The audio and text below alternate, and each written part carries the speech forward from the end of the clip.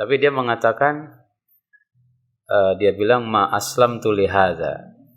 Saya masuk Islam bukan karena mencari yang beginian nih.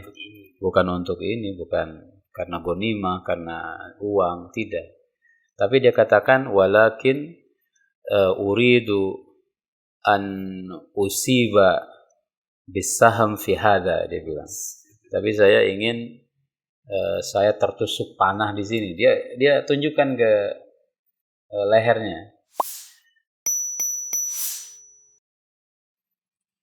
Bismillahirrahmanirrahim. Assalamualaikum warahmatullahi wabarakatuh. Waalaikumsalam warahmatullahi wabarakatuh. Alhamdulillahirabbil alamin wassalatu wassalamu ala Rasulillah wa ala alihi wa ashabihi ila yaumil qiyamah, amma ba'd. Assalamualaikum Ustaz. Waalaikumsalam warahmatullahi wabarakatuh. Kita sudah masuk di 10 hari terakhir. Alhamdulillah ya. Ya, 10 hari yang dijanjikan dia itu itqu minan nar gitu Ustaz ya. Itqu minan nar, Lailatul Qadar. Iya, dan di 10 hari ini tuh biasanya lebih fokusnya itu ke penyucian jiwa, tazkiyatun nafs. Iya, karena syariatnya juga. Syariatnya begitu, ada i'tikaf, ada zakat ya, mensucikan harta juga. Nah, untuk menemani para pemirsa dalam 10 hari ini kita akan coba menjelaskan atau menyampaikan beberapa amalan-amalan hati begitu Ustaz. Kan hati ternyata dalam amalan itu tidak hanya amalan fisik begitu Ustaz ya. Betul. Ada amalan jiwa juga, amalan hati, yaitu yang pertama ada ikhlas, kemudian istiqomah, ada roja wal khauf dan lain sebagainya. Nah, untuk hari ini kita ingin berbagi tentang ikhlas dulu Ustaz. Masyaallah. Maudhu azim ada. Maudhu azim. Iya. Ya. Materi penting sangat penting sekali. Nah, tadi sangat kan penting. Sambil baca-baca nih Ustaz, saya tuh baca beberapa bacaan lah, makol gitu. Nah, di situ definisinya tuh banyak sekali Ustaz. Nah, secara ringkas, secara mudahnya itu ikhlas itu dimaknai seperti apa Ustaz dalam syariat? Ya, bismillahirrahmanirrahim. Alhamdulillah wassalatu wassalamu ala Rasulillah wa ba'd. Alhamdulillah ya, kita sudah di 10 hari akhir ya. Lap terakhir nih. Lap terakhir. Tikungannya juga tajam kayaknya. Kalau nggak waspada bisa jatuh kita. Iya. Masya Allah. Dan betul sekali, bagus sekali ya. Ini produser ngarahin di 10 terakhir ini kita fokus ke amal hati. Silsilah amalul qulub. Selaras atau relevan dengan 10 hari akhir memang. Dan ketika bicara tentang ikhlas, tentu ini adalah masalah yang paling urgent di dalam agama ya. Wa ma umiru illa liya'budullaha mukhlishina lahuddin. Kemudian juga innamal a'malu binniyat, al-umuru bimaqasidiha dan lain sebagainya.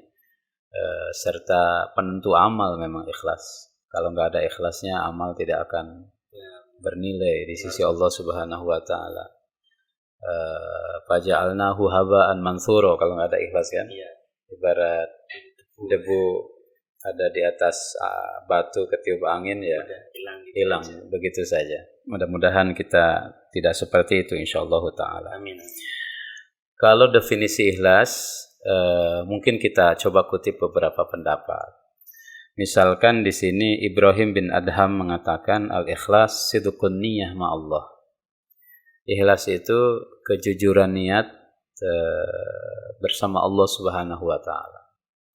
Sidqun niyah ma'allah. Jujurnya niat seseorang dalam melakukan satu amal. Apakah benar-benar fokus lillahi ta'ala. Dan itu memang tidak bisa lagi dinilai atau dinilai dari ucapan ya, karena niat kan porsinya hati itu.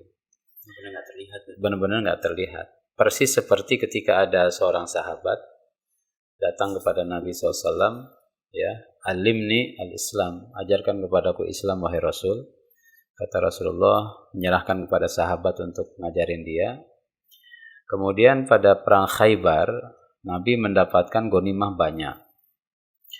Lantas orang tadi ini, si Arab Badu yang baru masuk Islam ini, dia dapat saham juga dari ghanimah itu. Dan baru masuk Islam. Kalau baru diserahkan kepadanya.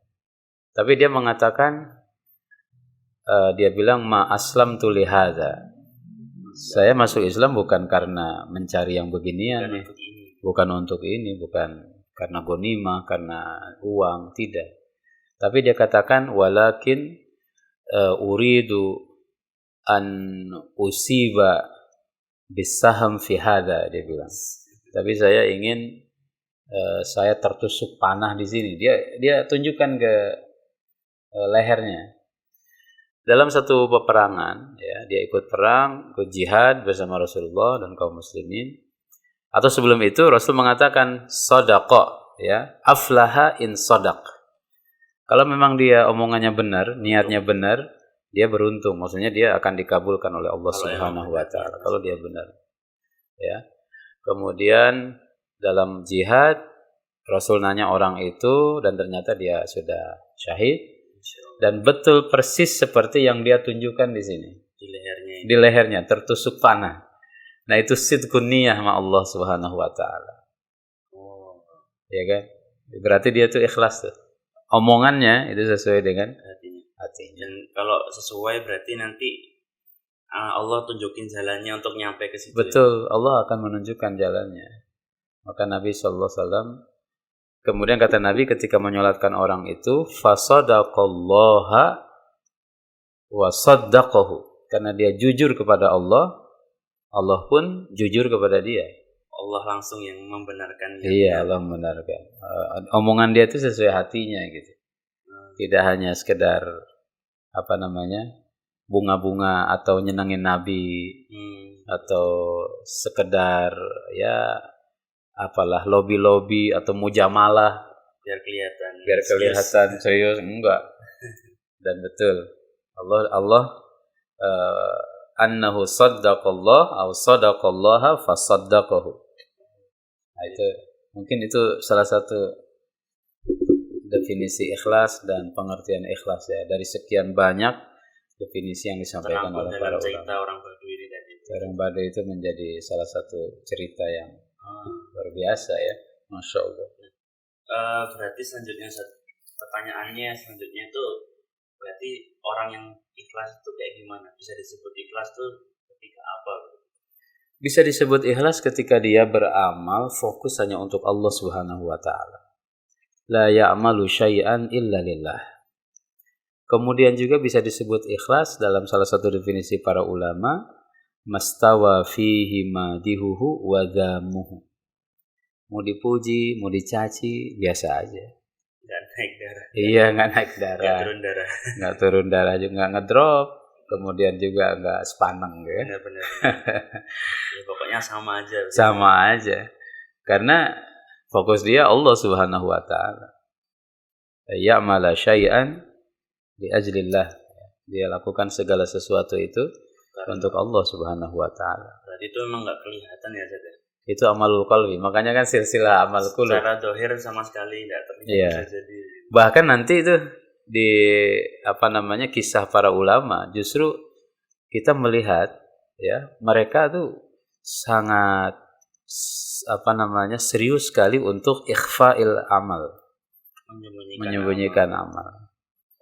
Menyembunyikan amal. Jadi orang hebat pada zaman dulu justru orang yang nggak kelihatan, orang yang nggak terekod, ya, nggak terlihat, ya, nggak terlihat, nggak kerekam gitu. Dia nggak kelihatan trending topik, nggak kelihatan dia influencer, nggak punya podcast. Ya, kayak model kita ini nggak tahu nih, ya. Mudah-mudahan aja bisa menyeimbangkan niatan itu insyaallah. Oke, Ustaz. Selanjutnya, Ustaz. Dari setelah kita tahu nih orang Badui tadi kan sudah mencontohkan secara langsung keikhlasan itu seperti apa, keutamaan apa saja yang bisa didapat atau bisa dirasakan oleh orang ketika dia itu sudah mencapai dirinya di tahap ikhlas. Keutamaan ikhlas dan buah yang bisa didapat oleh orang yang ikhlas. Pertama, dia selamat dari bujuk rayu setan. Sebagaimana ayatnya yang pernah kita sitir, ya. wala uqiyannahum ajma'in illa ibadaka minhumul mukhlasin. Si iblis ketika deklarasi di hadapan Allah, aku akan sesatkan seluruh manusia, tapi cuma satu nih ya, kecuali orang-orang yang ikhlas. Dia akan selamat dari fitnah setan, ya, bujuk rayu setan. Sehingga contoh nyatanya Umar bin Khattab radhiyallahu anhu itu, kalau dia lewat setan cari tempat yang lain, jalan yang lain. Karena kalau dekat lah taroko, setan ini bisa kebakar sama keikhlasan, sinar ikhlas yang memancar dari hati sahabat Umar bin Khattab radhiyallahu anhu. Kemudian yang lain, orang ikhlas akan selamat dari fitnah-fitnah dunia. Ya, contoh pernah kita sitir tentang kisah Nabi Yusuf alaihissalam. Ya, wa ghallaqatil abwaaba kullaha wa qalat haytala. Kemudian setelah itu laqad hammat bihi wa hamma biha wa laula an ra'a burhana rabbih kadzalika linusrifa anhu su'a wal fahsya innahu min ibadina mukhlasin. Karena dia termasuk hamba Allah yang ikhlas, sehingga dijaga oleh Allah Subhanahu wa taala, tidak kena jebakan Batman. Itu otomatis berarti Ustaz ya, ketika hatinya sudah ikhlas tuh udah terjaga juga yang lainnya. Nah, salah satu indikatornya begitu. Jadi kalau kita terjaga dari perbuatan buruk, berarti keikhlasan ada di dalam hatinya. Ada cahaya yang menerangi hati sehingga dia tidak salah melangkah. Kemudian tentu nikmat yang paling besar, keutamaan terbesar dari ikhlas ini adalah surga. Surga Allah Subhanahu wa taala. Ya, kalau ana baca ini di surat As-Saffat, ya. Wa ma tujzauna illa ma kuntum ta'malun illa ibadallahi al-mukhlasin ulaika lahum rizqum ma'lum. Masyaallah. Ya, fawakih wa hum mukramun fi jannatin na'im ala sururin mutaqabilin. Masyaallah. Allah gambarkan kenikmatan yang akan diraih oleh orang-orang yang ikhlas. Dan ini bertolak belakang juga tentunya dengan orang-orang yang riya. Kisah 3 orang pengamal yang dimasukkan ke sumur di neraka itu menjadi kayu bakar pertama neraka. Amal besar tetapi dia ria. Udah benar-benar lawannya ya, ikhlas berarti lawannya pasti ria. Begitu. Kalau ikhlas di surga, ya ria pasti di tempat jadi yang lain. Bahan bakar. Ngeri sekali, ya, jamaah sekalian yang dirahmati Allah Subhanahu. Terakhir nih, kira-kira ada nggak Ustaz tips untuk bisa terus memurnikan hati dalam konteks ikhlasnya? Pertama, ma'iyatullah, ya. Kebersamaan dengan Allah Subhanahu wa taala mesti terus kita jaga. Muraqabatullah, perasaan di mana Allah Subhanahu wa taala senantiasa mengawasi kita. Illam takun tarahu fa innahu yaraka. Al-ihsan, ya, ihsan dalam beramal itu. Muraqabatullah. Kemudian yang lainnya ya hifdzu an-niyah. Niat ini masih terus dikontrol dengan baik. Jangan sampai melenceng. Mungkin saja, kata Ibnu Taimiyah, seseorang ketika amal, riya masuk di tengah-tengah amal. Lagi sholat misalkan, lagi biasa-biasa, ada jadi makmum ditepuk ya sama seseorang, dan itu adalah orang yang katakanlah spesial bagi dia. Itu mungkin bisa sedikit mempengaruhi. Bahkan di tengah amal ya. Di tengah amal. Awal niatnya udah bagus. Nah, ketika ada posisi di tengah amal seperti itu, riya di tengah amal, kata Ibnu Taimiyah, ya balikin lagi itu amal. Gak mesti dibatalin ibadahnya. Jadi hatinya, niatnya itu dibalikin lagi ke tracknya. Supaya on the track lagi gitu. Tidak mesti membatalkan niat, tetapi niatnya tidak mesti membatalkan amal, tapi niatnya dibalikin lagi, insyaallah taala. Seperti itu. Oke, berarti emang cukup berat ya Ustaz ya, karena bisa masuk di tengah amal. Sangat berat sekali. Oleh karena itu kalau kita baca ada satu buku ya, Al-Atqiya Al-Akhfiya. Al-Atqiya Al-Akhfiya. Orang-orang bertakwa dan menyembunyikan amal. Nah, sehingga misalkan dalam sholat, Abdullah bin Mubarak dalam satu front pertempuran dalam perang melawan Romawi. Dia masuk ke kemahnya dan di situ ada seorang kawannya nama Muhammad bin apa gitu. Dan Abdullah bin Mubarak masih menyandingkan busur panahnya tuh di dada, di badannya. Dan dia pura-pura tidur. Nah, sahabatnya ini kemudian dia tiduran di dekatnya dan dia pura-pura tidur juga. Sehingga Abdullah bin Mubarak menyangka kalau sahabatnya ini sudah tidur. Baru kemudian dia bangun. Abdullah bin Mubarak. Kemudian dia sholat malam sampai menjelang subuh. Ketika subuh tiba, kemudian dia bangunin sahabatnya tadi itu. Kata sahabatnya, ma anamu, saya nggak tidur tadi. Syahadtu ma fa'alta. Apa yang kamu lakukan saya saksikan. Padahal dia ingin. Padahal beliau ingin menyembunyikan. Nah, semenjak itu katanya Abdul bin Mubarak agak gimana gitu. Ya, karena rahasianya kebuka. Nah, kalau kita kadang mungkin bangga tuh ya, ketahuan beramal, amal soleh dan lain sebagainya. Kemudian juga dalam infak misalkan Zainal Abidin ibn Ali ibn Hasan ibn Ali, beliau tuh biasa ngirimin paket sembako ke rumah-rumah yang ada di Madinah selama bertahun-tahun, selama hidupnya. Dan tidak ada orang yang tahu. Tahu-taunya besok sudah ada paket berkhidmat. Sudah ada paket peduli tetangga gitu di rumahnya. Tanpa mereka ketahui siapa. Ketika dia wafat, yang memandikan jenazahnya mendapati ada tanda di pundaknya ya, tanda pikulan gitu. Dan kaum muslimin ketika dia wafat tidak lagi mendapatkan paket itu.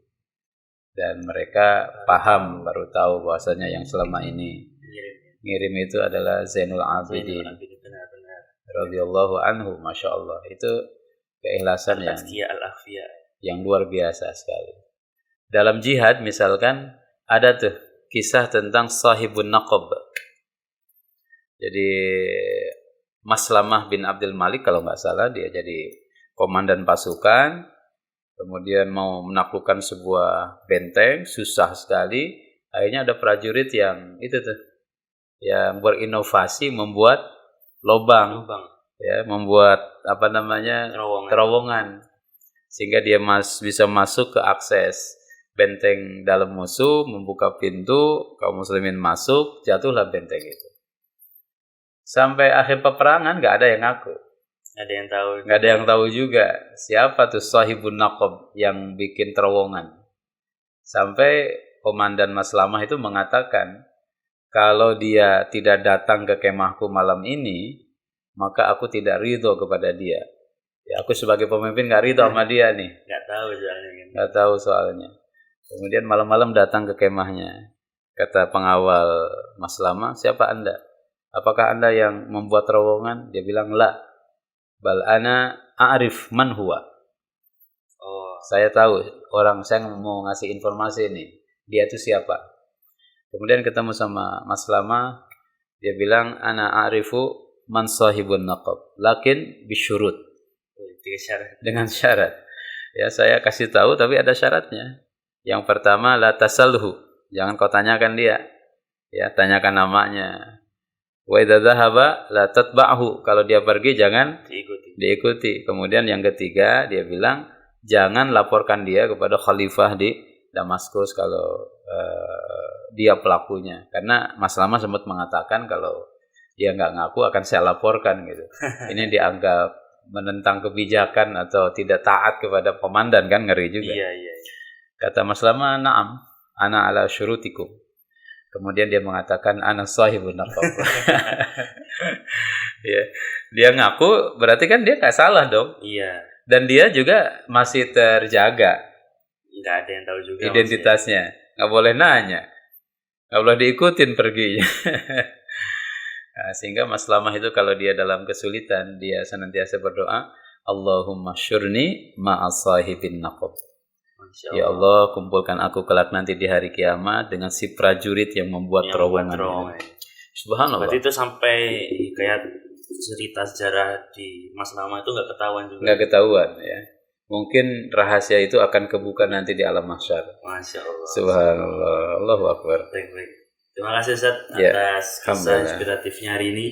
Semoga bisa menemani para jamaah sekalian, para penonton sekalian untuk menjalani itikaf, dan semoga Allah izinkan kita untuk menyelesaikan Ramadan dengan sebaik-baiknya untuk bisa meraih menang bersama Ustaz. Menang bersama insyaallah ya.